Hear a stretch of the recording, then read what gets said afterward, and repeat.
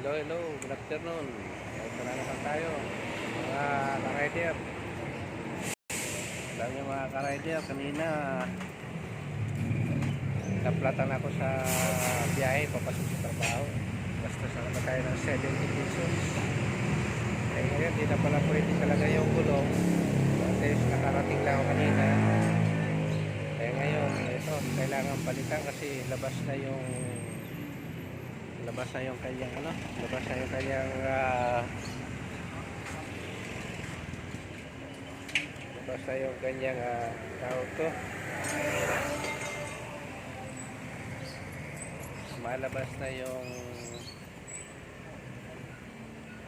gutom na yata ako kaya medyo nakakalimutan ano pala yung interior, kaya kailangan magpalit na ng gulong para hindi ako maperisyo sa daan kasi interior lumalabas na talagang pinainitan na sa kalsada, wala na,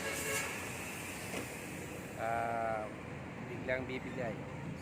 Ito mga kaibigan, ito pinapapalitan ko na nasa 1,650 nakapa-checklist ko na ito, frame na naka-checklist.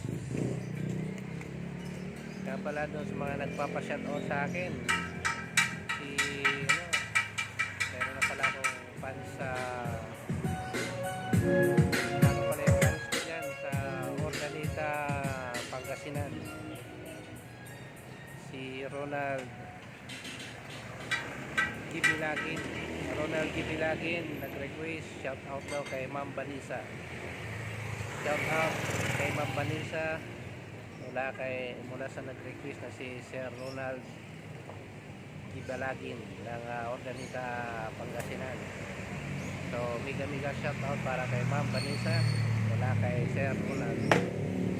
At doon niya pala sa isang nag-request din yung fans ko, Barangay Santa Cruz, Haro Liti. Mga fans ko raw yung mga taga Barangay Santa Cruz. Ang nag-request naman ay yung aking kaibigan doon na follower na si Jeffrey Kapatoy. Mega shout out sa mga taga Santa Cruz, Haro Liti. Ayun lang po ang aking update sa inyo mga ka-rider at aking mga kapwa manlalakbay. Ito, di ba tayo kumikita, gastos naman tayo. Yan talaga ang buhay. Life of messenger, magbuhay kayong lahat. Magandang umaga, magandang buhay. Sige, bye bye.